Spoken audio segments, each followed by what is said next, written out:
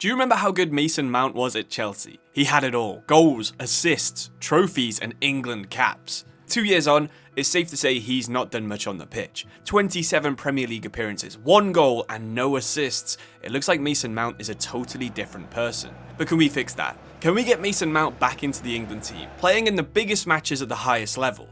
Well, our goal is to get Mount back into the international team by 2028, where England are hosting the majority of Euro 28. No matter what you think about Mason Mount now, you can't deny that in his prime, he would have been the missing piece of England's midfield.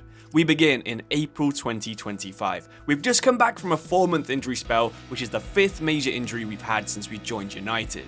Our attributes aren't great, and after not playing for a few months, we've dropped down to being a 75 overall player. But with a successful first few months at United, I think we can get back up to at least a 77. If we get back into the first team and perform well, who knows, maybe we can get close to that 83 that we had back in 2021.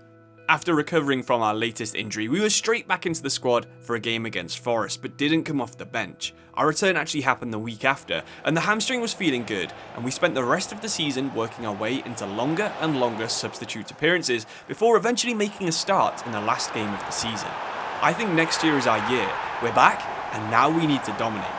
In the summer, there were a few offers, but really, we're not going to move somewhere like the Indian Premier League. We could have played at that level when we were 12 years old. We're staying at United, we have a contract, we also have some pretty good advice. If we choose to spend another 4 months out injured, visiting a world-class surgeon in Switzerland, we can fix our hamstring issues for good. United will pay for it, and we're going to take them up on the offer. As expected, we're ready to return by October, and again, we're working our way up from the bench to the first team. Bruno has a spell on the sidelines, and that was our chance at attacking midfielder, but no matter what we did, it just felt like we were just off the pace.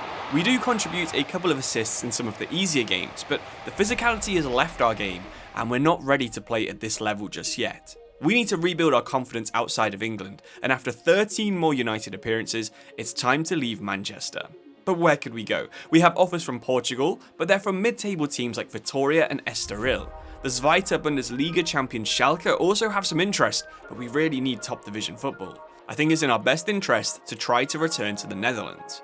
Clearly, to get back into the England squad, we're going to need a lot of luck. We'll probably need injuries to people like Declan Rice and Jude Bellingham, but we'll also need to find a team that plays us as a centre midfielder and plays progressive possession football.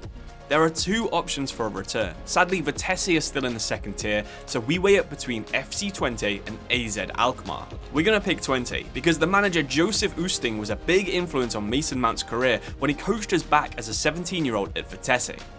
Oosting picked us to make our Twente debut against Sparta Rotterdam, and I honestly felt like putting a face mask on because this performance was straight out of 2020. From kickoff, Mason Mount was able to dominate the tempo, and we nearly scored within the first 5 minutes. Just 10 minutes later, we played a ball through to Lammers, and that was a first assist within 15 minutes. What a start to our time in Holland. The game ends with 1 assist, a 4-1 win, and a 9.9 out of 10 rating. Our attributes still aren't great. We definitely need to add more to our game, so in the second match, we played as more of a box-to-box kind of player. Could we get a first goal? Well, Lammers would return the favour with a great pass, and absolutely, Mason Mount was back. Sure, later in the game we took a small knock and had to be subbed off, but it turned out it was just a bruise, nothing serious. We have to take this opportunity with both hands. We need to put performance after performance in if we want to move to a bigger club next year. We had a huge game against Ajax and continued our glorious streak in August. There was a rapid counter-attack, and from on the floor, Mount would spin and put FC Twente ahead. Before the end of December, we'd actually grabbed 10 goals or assists, but it wasn't just the league that we were showing up for. When FC Twente needed a win to reach the knockouts of the Europa League, guess who showed up? Drifting out wide, we pulled it back and it ricocheted into the goal. Not our best goal, but another element of our game improved. Not only can we impact games box to box in the middle, but our new hamstring has bought us some more pace. Finally, we have the confidence to run games and drift out wide. We're not playing like a 75 rated player anymore, and by the end of February, we were upgraded by 2 points back to a 77. For the first time in half a decade, Mason Mount would end the season with no injuries, but also no trophies. 14 goals and a dozen assists weren't enough to win the Eredivisie Player of the Season, but after our past 3 seasons, it is a massive uplift.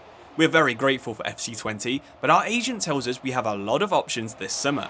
There are a few Bundesliga clubs interested in us, some of the smaller French clubs too. Celtic and Rangers both want us, and La Liga club Villarreal are also very interested. It was kind of surprising to see such a small amount of interest from the Premier League, but when a club like Napoli want you as well, you pay attention. It was the ideal chance for us to get tons of minutes at a really good team in the Champions League, and we'd be playing alongside fellow Brits McTominay and Gilmour. We're going to be feeding Lukaku and Simeone, and this could be a really special season. In the famous blue Napoli kit, we had a pretty golden August. We ran off the bench for our first game against Monza, got a goal, and this was just the sign of things to come. By the end of August, Mason Mount was Serie A's top playmaker and their player of the month. They weren't the hardest matches, but our link-up play with Lukaku was absolutely amazing, and the only question now was whether we could keep this up for the rest of the season. But even when games got tougher, Mount was still there. His last-minute winner against Udinese made the English headlines, and finally, people were taking notice of Mason Mount. There was a rumour that he would place Gallagher in the next England squad, but that turned out to just be fake news. If we could keep contributing at this level while also being in the Champions League, that would be massive for our hopes. We were playing the French champions Monaco, and they were the toughest game that we got drawn against in the group stages. But of course, Mason Mount knows all about the Champions League. Would he make an impact? Absolutely. A driving run, the post was hit, but the referee brings it back. Just like in his last England appearance, Mount wins the penalty. But could Raspadori do what Kane didn't against France? Of course he could. It's technically another assist for Mason Mount, and surely now he's on the cusp of an England return.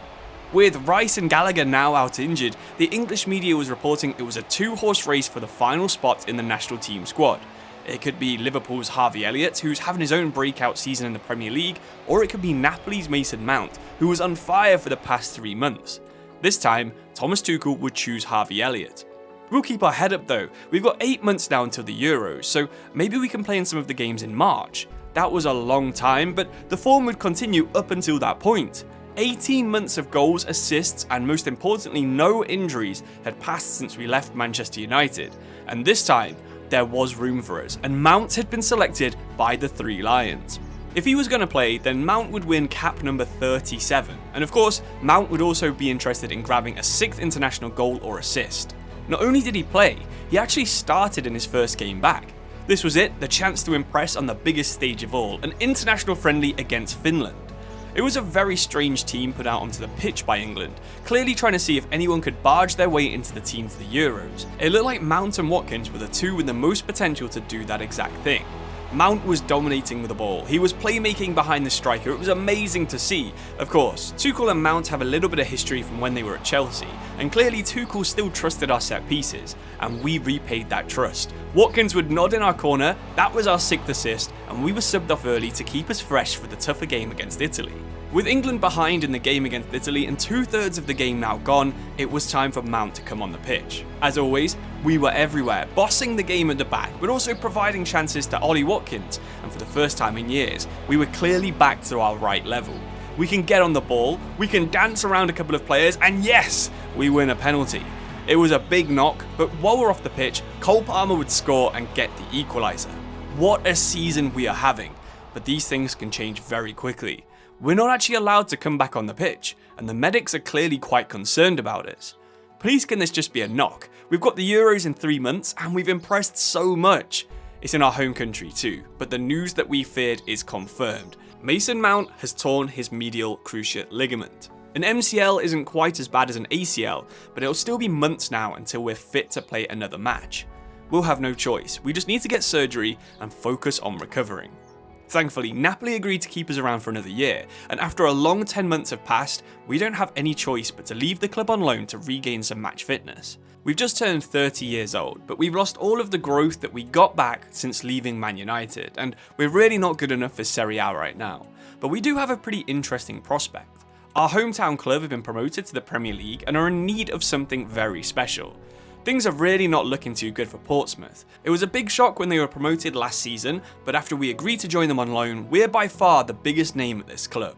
Can we single-handedly turn it around for them? Well, our first game was a huge one against relegation rivals Ipswich. Of course, back from our injury, we were now straight into the starting 11.